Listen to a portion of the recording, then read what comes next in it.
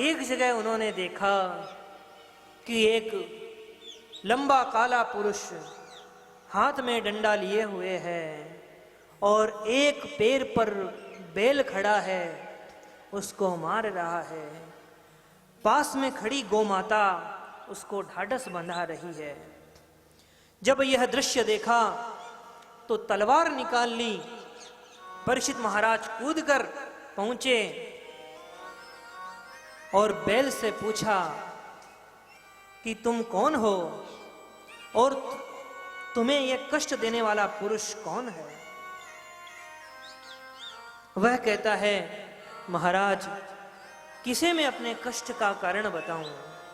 कोई कहता है समय बुरा होता है तो कष्ट मिलता है, कोई ग्रहों को अपने कष्ट का कारण बताते हैं, कोई समय को अपना कारण बताता है।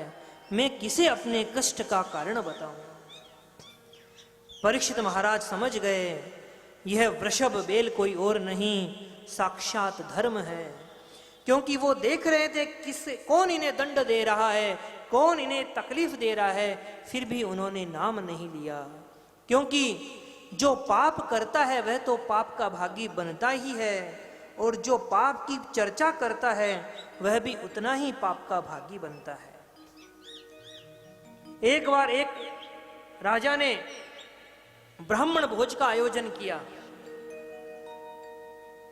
खुले में आसमान के नीचे ब्राह्मण भोज हो रहा था। खीर राजा परोस रहा था। उसी समय आकाश मार्ग से एक चील मरे हुए सर्प को अपने मुंह में दबाए हुए ले जा रही थी, और सर्प का जो जहर था वह एक ब्राह्मण के खीर में आके गिर गया और उसको पीने से ब्राह्मण की मृत्यु हो गई। जब चित्रगुप्त से पूछा यमराज ने कि भाई इसका दंड किसके खाते में डाला जाए? क्या उस राजा के खाते में, जिसे क्या मालूम इसमें सर्प, मरे हुए सर्प का जहर गिरा है, या उस चील के खाते में जिसे मालूम ही नहीं कब यह सर्प का जहर गिर गया, या उस मरे हुए सर्प के खाते में? कोई निर्णय नहीं हो सका। कुछ समय बाद में कुछ संत उस राज्य में आए और एक महिला से राजा के महल का पता पूछने लगे। तो वह महिला कहती है, यह जो मार्ग जा रहा है उसका जो अंतिम भवन है वह उस राजा का महल है, पर ध्यान रखना वह राजा ब्राह्मणों को खीर में जहर डालकर पिलाता है और उन्हें मार देता है। निर्णय कर लिया यमराज ने कि जो पाप, जो ब्राह्मण पहले वाला मरा था, उसका जो पाप है वह इस महिला के खाते में डाल दिया जाए, जो व्यर्थ ही उस पाप की, उसकी चर्चा कर रही थी। तो जो पाप करता है वह तो पापी है ही, उसे दंड भोगना ही पड़ता है, परंतु जो पाप की चर्चा करता है उसे भी उसका दंड भोगना ही पड़ता है। पूछा परीक्षित महाराज ने उस पुरुष से, भाई तुम कौन हो, तुम्हारा परिचय दो। उसने कहा, महाराज मैं कलयुग हूं। परीक्षित ने क्रोध करके पूछा, तुम्हारी हिम्मत कैसे हुई मेरे राज्य में आने की? कलयुग चरणों में गिर गया और रोने लगा। कहने लगा, महाराज मैं कहां जाऊं? जहां मैं जाता हूं वहां सर्वत्र आपका ही तो राज्य है। जहां मैं जाता हूं वहीं आप धनुष बाण लिए खड़े मुझे दिखाई देते हैं। महाराज सारे अवगुण ही नहीं है मेरे अंदर एक गुण भी है। परीक्षित महाराज ने पूछा, भाई क्या गुण है तुम्हारे अंदर? कलयुग कहता है, मेरे अंदर एक गुण भी है। यत् फलम नास्ति तपसा न योगेन समाधिना। अन्य जो युगों में जो पुण्य बड़े भारी तपस्या करने पर प्राप्त होता है, इस कलयुग में मात्र भगवान के नामों का संकीर्तन करने से ही प्राप्त हो जाएगा। यह कलयुग की महिमा है।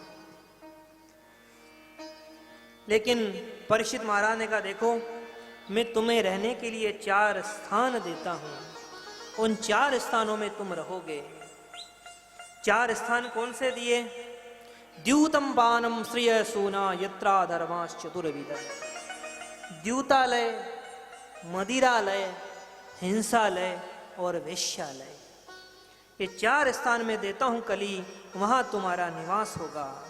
कलयुग ने हाथ जोड़कर कहा, महाराज मेरे स्वभाव के अनुसार आपने मुझे 4 स्थान तो दे दिए, पर जो मेरे अंदर एक अच्छा गुण है उसके अनुसार मुझे पुनश्च याचमानाय जात रूपात्मदात प्रभु, उसके अनुसार मुझे स्वर्ण में 2 स्थान दीजिए।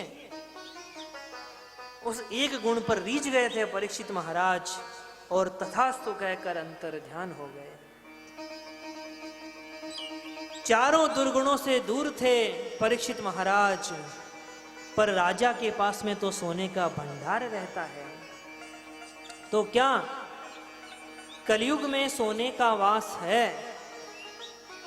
एक तरफ तो भगवान कहते हैं धातु नाम अस्मि कांचनम एकादश स्कंद में कि जो धातु है उसमें स्वर्ण मेरा ही रूप है, और एक तरफ कह रहे हैं कलयुग में सोने में कलयुग का वास है।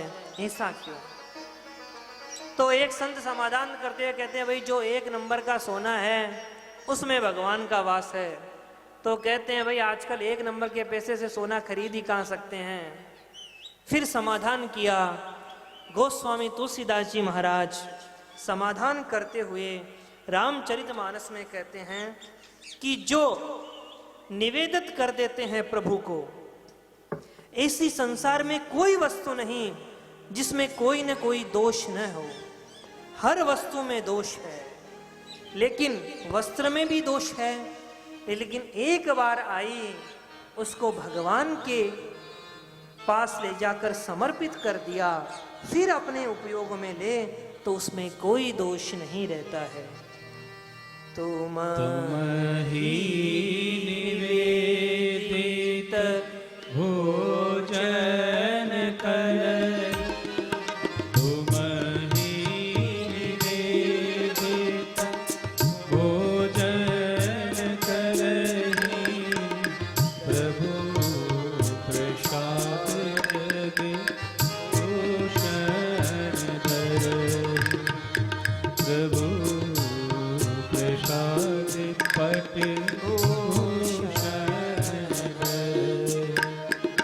तुम ही निवेदित भोजन करहि, तुम ही निवेदित भोजन करहि, प्रभु प्रसाद पट भूषण धरहि, प्रभु प्रसाद पट भूषण धरहि। एक बार प्रभु को समर्पित करने के बाद में जो वस्तु उपयोग लें उसमें कोई दोष नहीं रहता। राजा के पास सोने की कमी नहीं।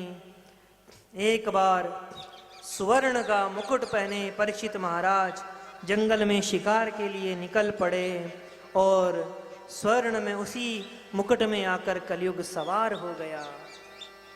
भूख प्यास से तड़पने लगे राजा परीक्षित। अपने रथ से उतरे, देखा एक आश्रम है, कुटिया है। आवाज लगाई, कौन है कौन है? अंदर शमीक मुनि अपने ध्यान में थे, उन्हें पता भी नहीं लगा राजा उन्हें आवाज दे रहा है। अंदर आए तो कलयुग सवार होने के कारण उन्हें लगा देखो कितना ढोंगी महात्मा है। सोच रहा होगा अगर आंखें खोलूंगा तो मैं राजा हूं, मुझे देखकर उठना भी पड़ेगा, जल भी लाना पड़ेगा। तो इन सब से बचने के लिए देखो समाधि का ढोंग कर रहा है। और पास ही एक मरा हुआ सर्प पड़ा था। धनुष की अग्र कोटि भाग से वह मरा हुआ सर्प उठाया और उस संत के गले में डालकर परीक्षित महाराज तो वहां से चले गए। लेकिन इस घटना को एक विप्र बालक ने देखा और उस शमीक मुनि के पुत्र संगी ऋषि को जाकर कहा, अरे देखो तुम यहाँ खेल रहे हो और वहां तुम्हारे पिता के गले में राजा परीक्षित ने मरे हुए सांप को डालकर चले गए। श्रृंगी ऋषि को क्रोध आ गया और हाथ में जल उठा लिया और कहने लगा कि अरे आर्य समाज के उल्लंघन करने वाले राजा, जिसने मेरे पिता के गले में मरा हुआ सर्प डाला है, मैं श्राप देता हूं, आज से ठीक 7वें दिन तक्षक सर्प के डसने से तुम्हारी मृत्यु हो जाएगी। एक अश्वत्थामा ने तो ब्रह्मास्त्र चलाया, पर आज इस विप्र बालक ने तो वाणी रूपी ब्रह्मास्त्र ही चला दिया। ब्राह्मणों की शक्ति वाणी में होती है, बाणों में नहीं। और जाकर रुदन करने लगा, रोने लगा अपने पिता के पास जाकर। जब शमीक मुनि की आंखें खुली तब पूछा कि भाई क्यों रो रहे हो? तब सारा वृत्तांत बालकों ने बताया। तब शमीक मुनि तो अत्यंत ही ग्लानि से भर गए और कहने लगे, पुत्र ये तूने क्या कर दिया? जिस राजा परीक्षित को बचाने के लिए भगवान मां उत्तरा के गर्भ में गए, उस धर्मपरायण राजा को तुमने श्राप दे दिया। अरे राजा परीक्षित के बाद में तो जितने भी राजा इस धरती पर होंगे वह सब के सब तो धर्म निरपेक्ष होंगे, कोई धर्म का अनुगामी नहीं होगा। यह तुमने गलत कर दिया। जाओ, शिष्यों से कहा राजा को यह समाचार दो कि 7 दिन तुम्हारे पास बचे हैं, अपने कल्याण का मार्ग प्रशस्त कर लो। राजा को जब यह सूचना मिली कि 7 दिन बाद ही तक्षक सर्प के काटने से उसकी मृत्यु हो जाएगी, तत्क्षण राजकार्य अपने पुत्र को संभालकर तुरंत गंगा तट पर चले गए। देखो, संत को समझने में यदि गलती हो जाती है तो दोनों परिस्थिति में ही गड़बड़ होती है। रामायण में कथा आती है प्रताप भानु की, जिसने नकली संत को असली संत समझ लिया। परिणाम क्या हुआ? वैसे भी जो नकली घी असली घी से ज्यादा आकर्षक लगता है, प्रभावित करना है ग्राहकों को। नकली संत को असली समझने के कारण प्रताप भानु सपरिवार राक्षस बना। जो भगवान के जन्म के अवतार के 5 कारण है, उसमें एक कारण यह भी है। और आज श्रीमद् भागवत में राजा परीक्षित ने असली संत को नकली समझने की गलती कर दी। समस्त राजकार्य छोड़ दिया और पहुंच गए शुक्ताल, गंगा नदी के तट पर बैठ गए। संतों को दोष नहीं दिया, श्राप को दोष नहीं दिया।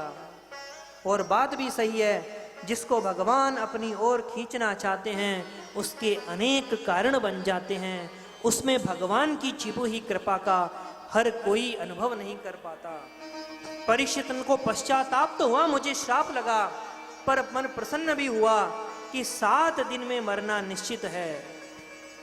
भाई संसार में कोई भी व्यक्ति नहीं कह सकता कि मैं 1 दिन भी जीवित रहूंगा, पर परीक्षित ने कहा मैं छाती ठोककर यह तो कह सकता हूं कि 7 दिन से पहले मेरी मृत्यु नहीं होगी।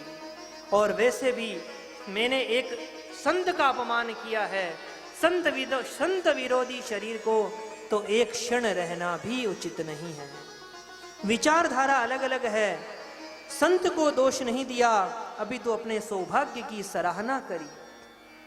एक सेठ हुए थे बंगाल में, लाला बाबू।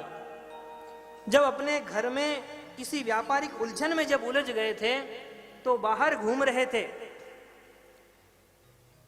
एक सब्जी बेचने वाली महिला आई, कह रही थी भाई जल्दी ले लो, सब्जी ले लेनी है तो समय बहुत कम है और मुझे बहुत दूर जाना है। जब यह बात बार बार गुनगुना रही थी तब लाला बाबू के दिमाग में पड़ी कि कहीं यह वह इशारा तो नहीं कर रही, समय बहुत कम है, मुझे बहुत दूर जाना है। वह तो यह कह रही थी जो लेना है सब्जी जल्दी ले लो, अब रात्रि का समय होने वाला है, मुझे अपने घर जाना है। पर लाला बाबू को लगा शायद यह कहना चाह रही है कि अब मैं 60 वर्ष का हो चुका, मेरा जीवन का समय बहुत कम है, मुझे जो भी करना है पर इस लोक को सुधारने का कार्य वो जल्दी करना है। और ऐसी बात लगी कि फिर लौटकर बरामदे में टहल रहे थे, अपने कमरे में भी नहीं गए व्यवस्था जमाने, वहां से सीधे निकलकर वृंदावन चले गए। और आज भी लाला बाबू का मंदिर वहां पर है। तो दृष्टिकोण अलग अलग है, परिस्थिति अलग अलग है। कई कहते हैं तुलसीदास जी तो भारी बड़े जो संत बने, उनकी पत्नी ने उनको ऐसा डांटा कि पत्नी की डांट से संत बन गए। अरे भाई, पत्नी की डांट से संत बनते तो आज घर घर संत ही संत नजर आते। पर शब्द जब ही लगता है जब भगवान उसे बुलाना चाहते हैं। ठाकुर जी किस माध्यम से बुलाना चाहें तभी शब्द लगता है। दीपक तैयार है, घी भी है, बत्ती भी लगी हुई है, केवल चिंगारी की आवश्यकता है, केवल दीपक से क्या होगा। जब परीक्षित महाराज वहां पर आ गए, सारे के सारे संत ऋषि मुनि समुदाय वहां पर आ गया। सबको प्रणाम किया राजा परीक्षित ने और कहा, मैं तो अपने इस सौभाग्य का श्रेय उस ऋषि कुमार को देता हूं जिसके कारण मुझे इन संतों का दर्शन हो रहा है। मेरे दो ही प्रश्न हैं। मेरी जिसकी मृत्यु अति सन्निकटस्थ हो, उस मरण धर्मा व्यक्ति को जीवन में क्या करना चाहिए और संपूर्ण जीवन में जीव का कर्तव्य क्या है, अकर्तव्य क्या है, श्रवणीय कौन है, भजनीय कौन है, मुझे इसका उत्तर दीजिए।